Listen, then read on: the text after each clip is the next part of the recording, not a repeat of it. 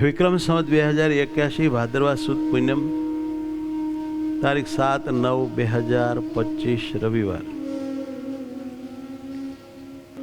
શ્રી સ્વામિનારાયણ મંદિર કુંડળધામ દ્વારા આયોજિત રવિ સભા અંતર્ગત આવો નજીક થઈએ ભાગ 86 અતૂટ સાંકળ.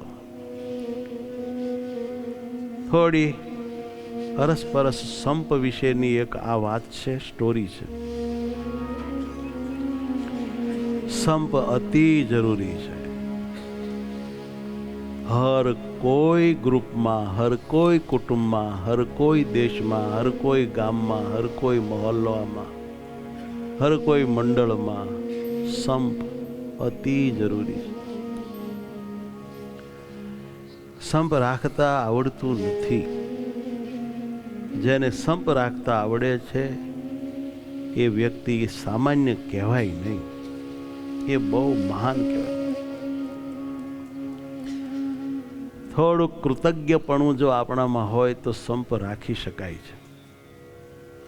કૃતજ્ઞની માણસથી સંપ રાખી શકાય નહીં. કૃતજ્ઞની નર્યું પોતાનું કરેલું ગાયા કરે છે અને બીજાએ એના માટે કર્યું હોય એને ભૂલી જતો હોય છે, યાદ કરતો નથી, કોઈને કહેતો નથી. નર્યું પોતે જે કોઈને માટે કાંઈ કર્યું હોય એને કયા કરે, ગાયા કરે, મનમાં વિચાર્યા કરે અને એમ માને કે હું બધાનું બહુ કામ કરું છું, મારું કોણે કર્યું, હું કર્યું, આવું એના મનમાં માથામાં ચડી જાય. બહુ સરસ આજની સ્ટોરી છે. તમે આજે જ્યાં છો, તમે આજે જ્યાં છો ત્યાં સુધી પહોંચવા પાછળ કેટલાય સંબંધીઓનો તમને સાથ છે, અન્ય કેટલાય લોકોનું યોગદાન છે, તમને ટેકો છે. ત્યારે તમે આજે અહીં આટલી ઉચ્ચ સ્થિતિ ઉપર બિરાજેલ છો. એવું નહીં માનો કે હું મારા પ્રયત્ને પર્સનલી હું આ ઉચ્ચ સ્થિતિએ પહોંચ્યો છું, સુખી થયો છું, મહાન થઈ ગયો છું, લોકપ્રિય થઈ ગયો છું, આદરણીય થઈ ગયો છું, મારે લઈને જ હું મહાન છું. ના ભાઈ ના, ઘણાનું તમારી પાછળ યોગદાન છે.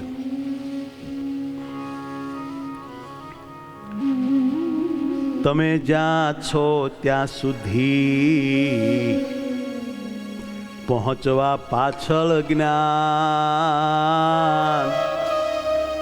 તમે જ્યાં છો ત્યાં સુધી પહોંચવા પાછળ જ્ઞાન. બહુ સંબંધીને અન્ય ટેકાઓનું છે દાન. તમને ટેકાઓનું છે દાન. બહુ ટેકાઓ દાનમાં મળ્યા તમને.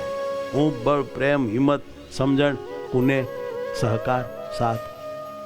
ત્યારે જરા આપણે બધાને ગમીએ ને બધાને માન્ય હોઈએ ને બધાને આદરણીય હોઈએ એવા બન્યા હોઈએ, પૈસા કમાયા હોઈએ, ધંધામાં આગળ હોઈએ, પણ કેટલાયની નાની મોટી આપણને બહુ જ મદદ હોય છે, એને ભૂલી ના જવી જોઈએ. આ વાત સમજવી જોઈએ. એકાબીજા ભાઈઓની, ઘરના, પરિવારની, કુટુંબની, સગા વાલાની, પાડોશીની, આડોશીની, મિત્ર મંડળની ઘણી મદદ હોય છે. કેમ એને ભૂલી જઈએ છીએ? અરે પરમાત્માની, સંતોની પણ ખૂબ મદદ હોય છે, આશીર્વાદ હોય છે, અમી દ્રષ્ટિ હોય છે. ત્યારે આપણે આ લોકમાં કાંઈક આગળ આવ્યા હોઈએ છીએ, પણ આગળ આવી ગયા પછી જાણે કે કોઈની મારે હવે જરૂર શું છે, હું તો મારી રીતે મેં આમ કર્યું ને તેમ કર્યું, આવું બધું થઈ જાય છે. ત્રણ ભાઈનો એક પરિવાર એક વ્યસ્ત નગરમાં એક નાની પણ લોકપ્રિય સાયકલ રિપેરિંગની દુકાન ધરાવતો હતો. ટૂંકમાં પરિવારને દુકાન હતી સાયકલની. પેઢીઓથી તેમનો ધંધો તેમના ટીમવર્ક અને એકબીજા પ્રત્યેની નિષ્ઠાને કારણે સમૃદ્ધ થયો હતો, ધીકતો ધંધો. ટીમવર્ક અને અરસપરસ નિષ્ઠા હોય તો જ્ઞાન. ટીમવર્ક હોય, પ્લાનિંગ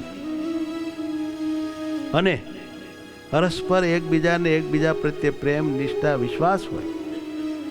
ટીમ વર્ક અને અરસપરસ નિષ્ઠા હોય તો જ્ઞાન, સર્વ પ્રકારે સફળતા, એ સર્વ પ્રકારે સફળતા સહુને મળે મહાન.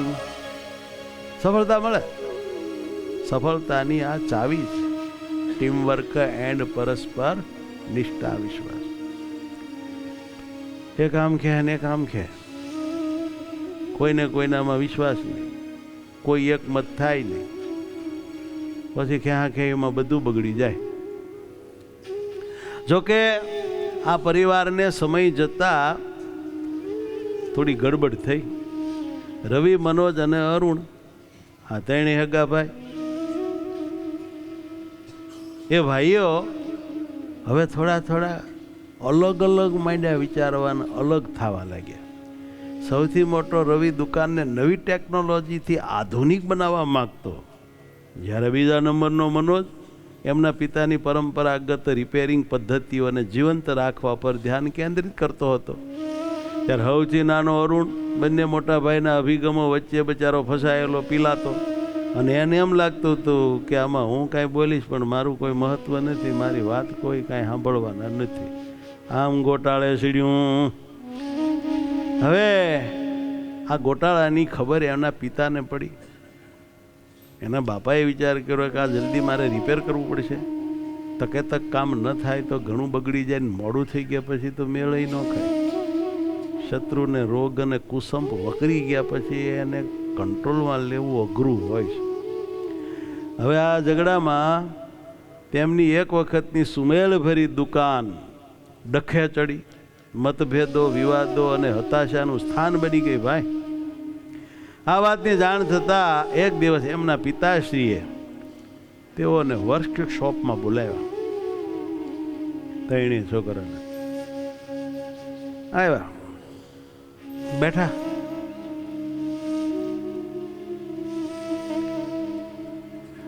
છોકરાઓ નવાઈ લાગી.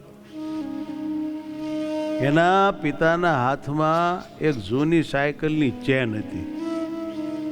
એમ થયું શું છે આજે, ચેન લઈને કોઈક માણસ આમ આવે તો બીક લાગે ને. ચેન હતી હાથમાં. ચેન પકડી એના બાપાએ કહ્યું, જો દીકરાઓ, સાયકલ ત્યારે જ આગળ વધે છે જ્યારે સાંકળની દરેક કડી સાથે મળીને કામ કરે છે.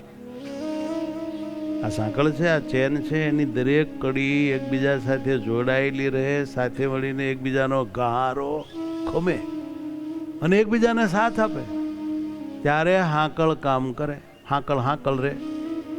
જો એક કડી નબળી હોય, નોખું કહે, આડું કહે, તો આખી હાંકળ તૂટી જાય છે.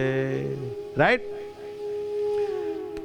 પછી તેમણે તેઓને એક જૂની સાંકળ બતાવી જેની એક કડી નબળી હતી. જ્યારે તેમણે તેને ખેંચી ત્યારે આખી હાંકળ તૂટી ગઈ, ફાટ લઈ.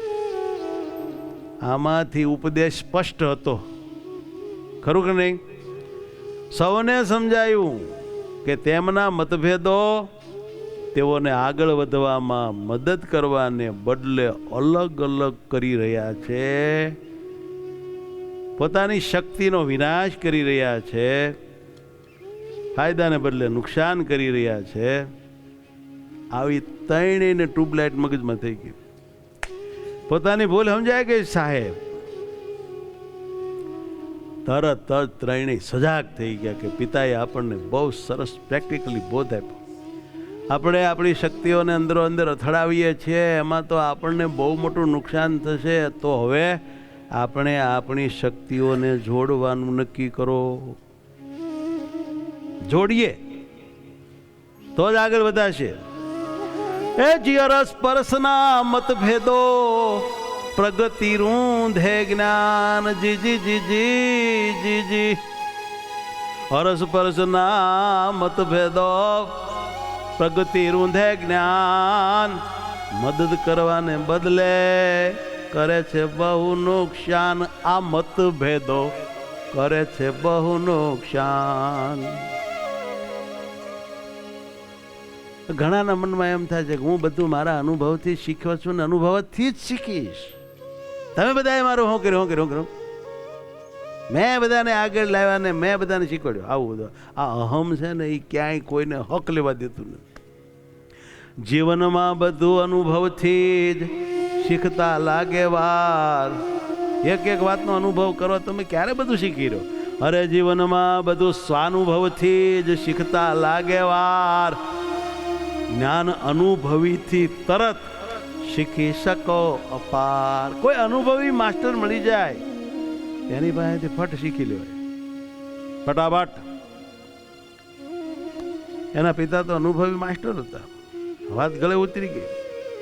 હવે પોતાની દુકાનને વધુ આગળ લાવવા માટે ત્રણેય ભાઈઓ પરસ્પરની સમજૂતીથી જોડાઈ ગયા અને પછી કામ કરવા લાગ્યા. અરસપરસ સમજૂતીથી કામ કરે જન કોઈ. અરે અરસપરસ સમજૂતીથી કામ કરે જન કોઈ. જ્ઞાન લોકે પરલોકે તેની પ્રગતિ જ હોય. લોકે પરલોકે એની તો શું એને બધાએ અંદરો અંદર નક્કી કરી લીધું ને મેળ કરી લીધો ને સમજૂતી કરી લીધી. તો રવિએ આધુનિક સાધનોમાં ધ્યાન આપ્યું કે એ મારા ખાતે હું એ કામ કરીશ. મનોજે પરંપરાગત કારીગરી જાળવવામાં ધ્યાન આપ્યું કે આ બધું તું જાળવજે, આ બધું હું કરીશ. અને અરુણે સાયકલનો દેખાવ વધુ સારો બને એના ઉપર ધ્યાન આપ્યું. બોલો, કામના ડિવિઝન પાડી દીધા. હવે હવના ખાતામાં બરાબર ધ્યાન આપ્યું. તેમની દુકાન પહેલાં કરતાં પણ વધુ સફળ થઈ. આવક વધી. સૌથી મહત્વપૂર્ણ તો એ હતું કે ભાઈઓ તરીકેનું તેમનું પરસ્પરનું બંધન વધુ મજબૂત બન્યું. નજીક આવ્યા, આવો નજીક થઈએ, પ્રેમ વધ્યો. તેઓ શીખ્યા કે કુટુંબ એટલે દરેક બાબતમાં સંમત કદાચ ન થાય, ન થઈ શકે, ન થવાય, પરંતુ મતભેદો હોવા છતાં મનભેદ થવા ન દે અને સાથે મળીને કામ કરે. એનું નામ સાચું સમજુ કુટુંબ. બાકી તો ડખાવાળું કહેવાય. કુટુંબ એટલે સહુવાતે સંમત કદીક ન થવાય, ન થાય, ન હોય, બને આવું. કુટુંબ એટલે સહુવાતે એક એક વાતમાં બધા કઈ સંમત હોય, એકમત હોય. એવું કેવી રીતે બને? ખોપડીઓ અલગ અલગ હોય, કુંડે કુંડે નવમ પયો, સમજ્યા? બુદ્ધિએ બુદ્ધિએ બધું નવું નવું હોય મગજમાં. કુટુંબ એટલે સહુવાતે સંમત કદીક ન થવાય. જ્ઞાન મતભેદ હોય પણ સાથે મળી કામ કરાય, સાથે મળી કામ કરાય. બરોબર? આપણે જવાન કુંડલ ધામમાં આટલા બધા હારે મળીને કામ નહીં કરતા. આટલા બધા મારા બાપા કેવા બધા હારે મળીને સેવા કરે છે. ફૂલવાળા ફૂલ લેવા જાય, હાર બનાવવાળા હાર બનાવે, પીરસવાવાળા પીરસે, રસોઈ બનાવવાળા રસોઈ કરે, ગૌશાળાવાળા ગૌશાળા સંભાળે, દ્વારપાળો બધા દ્વારવાજમ બેઠા હોય, ભલે ઊંઘી ગયા હોય પણ બેઠા તો હોય જ. જાણો સારું છે આપણે ફરતે વંડી જાય કૂતરા નથી, નહીતર ક્યારેક એને ખારું લાગે. વાલા ભક્તો, જો સંપત્તિ અરસપરસ સમજૂતી કરીને ટીમવર્ક કરીને એકબીજાના ખાતાના કામ વ્યવસ્થિત સોંપીને કામ કરીએ તો અદ્ભુત ક્રાંતિ થાય. થાય કે ન થાય? એટલે અમારા કોઠિયા સાહેબે ઔષધાલય સંભાળ્યું. અરે અમારો ટપુ બગીચો હમ હારો કરી દીધો. વાલા ભક્તો, સાચો વિકાસ એ છે જ્યારે તમે ઊંચા ઉડો અને સાથે સાથે તમારા નજદીકના લોકોનો હાથ પણ મજબૂતથી પકડી રાખો. એનું નામ સાચો વિકાસ. હવે તમે ઊંચા ઉડો ને કોકનો હાથ મૂકી દો ખાડામાં પડો. એક આપણે ઓલી પતંગની કથા આવી ખબર છે? પતંગ આમ ઊંચો ઉડ્યો તો છોકરો કે પપ્પા આને આપણે છોડી દઈએ તો બહુ વધારે અધર જાય. પપ્પા કે લાઈન કાઢી નાખ દોરો, હાલ છોડી દીધી. તે ઘડીક તો અધર ગઈ એવું લાગ્યું અને પછી આમ તેમ થતી પડી, એક ઝાડમાં તેને પાટી ગઈ.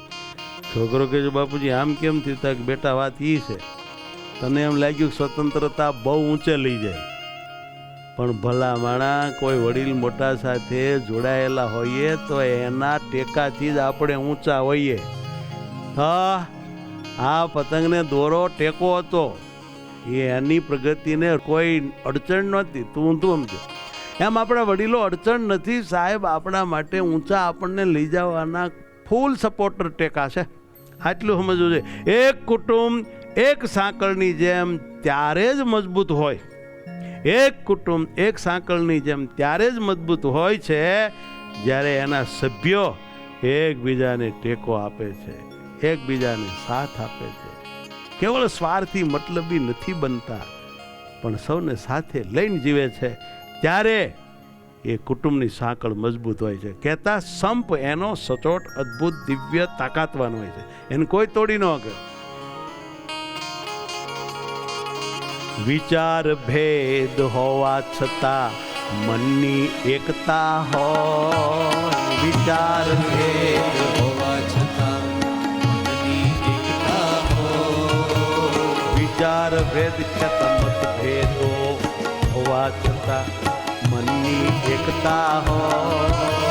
મનભેદ ન હોય હોવા છતાં મનની એકતા હોય.